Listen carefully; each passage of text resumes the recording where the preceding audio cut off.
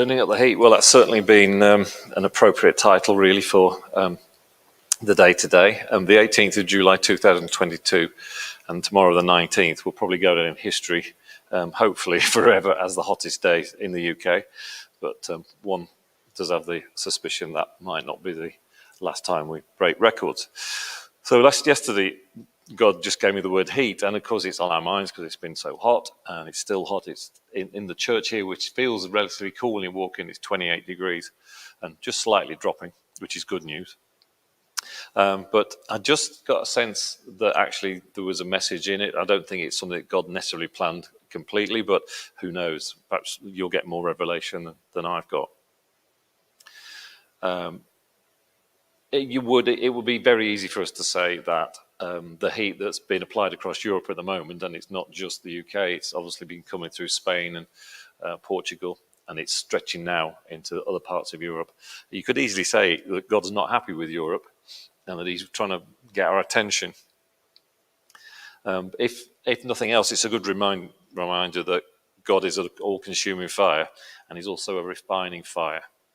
And I'm grateful for Jenny, because I sent a message to her a couple of days ago to say, what do you think about this heat? I just sensed there was something more spiritual about it than just climate change. And she sent me these two passages, Hebrews 12, 18 to 29, and Malachi 3, 1 to 3. I'm going to read those to you. I'm going to read from Hebrews first.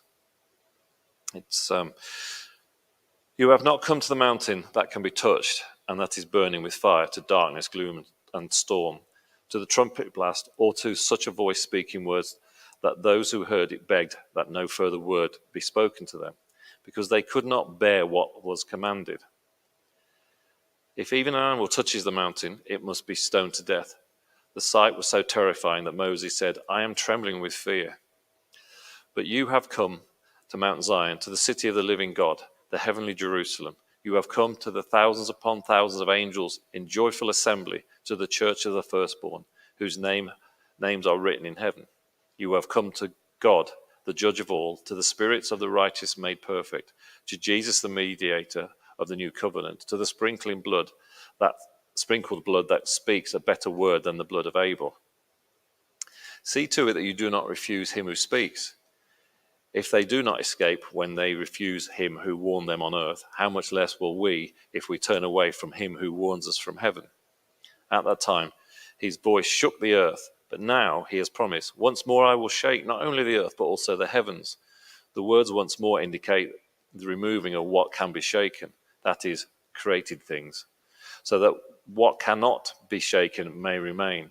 Therefore, since we are receiving a kingdom that cannot be shaken, let us be thankful. So worship God acceptably with reverence and awe, for our God is a consuming fire. And then the other passage, which I'll just flick up, Malachi 3, 1 to 3. I will send my messenger who will prepare the way before me. Then suddenly the Lord you are seeking will come to his temple. The messenger of the covenant whom you desire will come, says the Lord Almighty. But who can endure the day of his coming? Who can stand when he appears? For he will be like a refiner's fire, a launderer's soap. He will sit as a refiner and purifier of silver, and he will purify the Levites and refine them like gold and silver. Then the Lord will have men who will bring offerings in righteousness. And there's lots of stuff in there, and it probably needs somebody wiser and greater than me to go through it and pick some bits out. But God is an all-consuming fire and a refining fire. It's a personal thing. It's not just a corporate thing. And I think very much, God's saying today, I am refining you personally, and I'm actually refining more than just my people. I believe we're seeing across society, politically in the UK, America, Canada, France, New Zealand, and the rest of Europe, a refining happening. The press are having a whale of a time because they're finding ways of exposing all sorts of corruption and lies and societal plans. Some of them are being revealed, not always in the mainstream media, of what some groups are trying to do to create a world where the Holy Spirit can't move. So I say to all of us, including myself, watch the news with spiritual eyes and make notes, because God is, I believe, using the press to expose some things, but at the same time, the press is also hiding certain things. So you do need to be fairly broad viewed on these things. Just this evening when I got home from work, I was having a siesta, and they put the telly on, and there was literally before 6 o'clock on TBN, which Linda had been watching earlier, there was a chap talking about Caleb and Joshua, and and there was a bit of a message in there about, are you 2 in 12? So the question is, what do we see? Do we see chaos, giants, terrible weather, fires breaking out, or do we see God at work? And how are we going to be refined so that, as it says at the end of the passage from Malachi, it says, then the Lord will have men who will bring offerings of righteousness. I'm taking that to mean that I may be misinterpreting this, that the Lord is building men and women who are righteous and who are listening to him and moving with him and trying to seek his face to try and see how we might shift things. That the passage that jumps to mind is, if my people who are called by my name, there's that part about healing the land. Well, certainly you could say the weather and the climate is about healing the land. So I would expect, as God moves, to see the climate settle down. That's just me trying to be prophetic, or not being prophetic, trying rather, but saying I think there is something more in this. So there are great things going on. A week ago, I think I might have mentioned it last week, in Manchester, 65,000 people attended Festival Manchester, organised by the Message Trust and the Louis Palau Association. I think it was over 3 days. 3,500 people gave their lives to Christ. When Franklin Graham was in Sheffield, although it was hidden in many ways, 200 gave their lives to Christ for the first time, and another 100 made recommitments out of 5,000. It's actually a bigger percentage than in Manchester. And Franklin Graham was in London on Saturday, and they really went to town on promoting it. I saw adverts on some of the satellite channels. There was full-page adverts or half-page adverts in national papers. I've not seen any figures for the attendees and the results, but I look forward to that. There is a hunger in this country and around the world to find God. That people really are interested in church. They are interested in Jesus. So what about us? Wherever we are this week, how are we going to make sure that we keep listening to God? I think he's going to impress. He knows who's stuck with him, and he's going to reveal with each other and individually what his plans for us are. We've had a couple of prophetic words tonight here, which are great. They're not particular personal ones rather than corporate ones, but it's so encouraging to receive prophetic words, because I'm very grateful to Phil, who you can't quite see because he's down there beside me, who reminded me that actually this week, I think it's tomorrow, is our 21st anniversary. Tonight, physically, is that. And that Transformation Sheffield's been going in a variety of forms on a Monday night for 21 years. We've missed a few nights more in the last few years than in the early days. But, 21 years ago, a group of people, and added to today, started to meet together with a commitment, I made a covenant to see Sheffield transformed whether lived or died. And Sheffield is not the city as we know it. It's a region. The city boundaries that man puts down are not the ones, I believe, that God sees. So I'd call it the city region.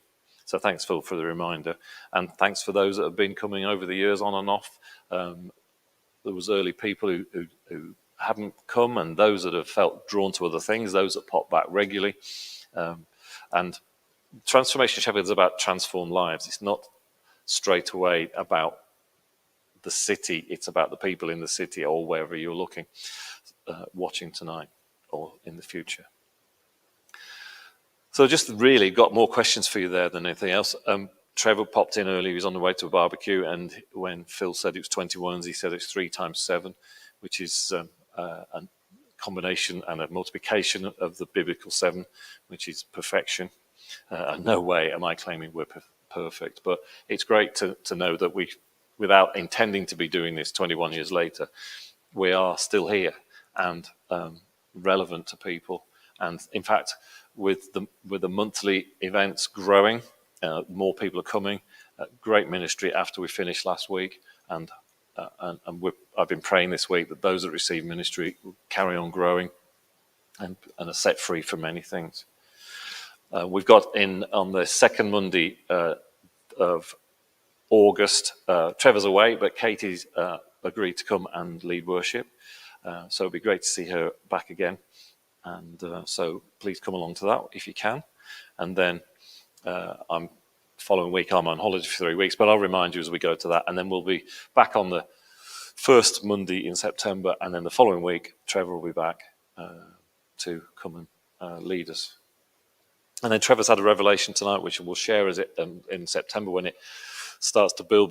But God put an idea in his head that the two of us are going to pursue to try and reach more people, to share the news of what's going on in this city. So that's exciting as well. That's literally from tonight. So I expected not to be anybody to be here because it's so hot and it's easy to stay at home and watch online. But actually 4 people have been tonight, which I'm very grateful for. So thank you for celebrating with me, even if you didn't know you were celebrating tonight. And tomorrow the weather is potentially going to be hotter still. They're saying it's going to be, it's back on Wednesday to a normal summer. So let's see if this is something to do with, I don't know, is it to do with Transformation Sheffield celebrating tomorrow? Perhaps it is, perhaps it's not. Thank you for being there. Feel free to add comments whenever you like, either tonight or at a later date.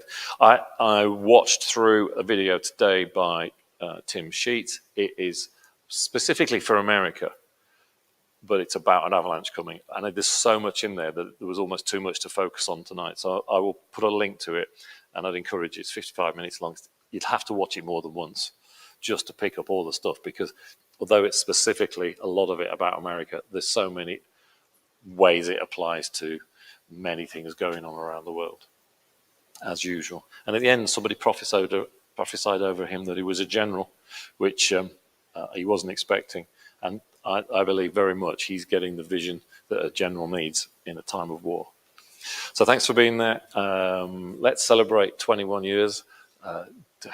Let's see how long God keeps this going and where it takes, because Trevor was quite certain that this was something more was coming, both regionally and nationally. So let's go for it. So be 2 in 20.